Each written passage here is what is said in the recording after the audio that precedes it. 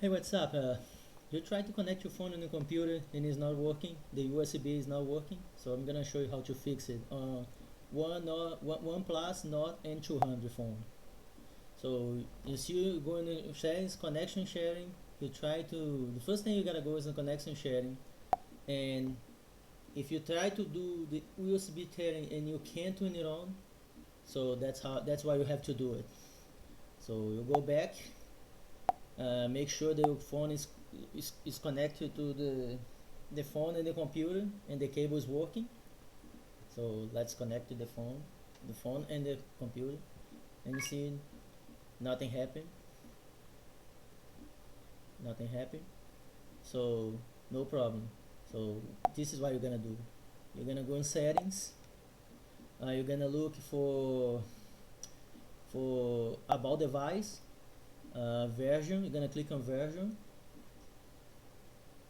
You're gonna look for build number. You're gonna click on the top of 7 times. 1, 2, 3, 4, 5, 6, 7. Then you're gonna go back on the settings. You're gonna go up there and search. And you're gonna search for develop options.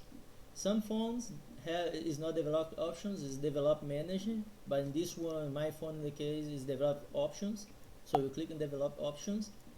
You're gonna scroll down. You're gonna look for networking.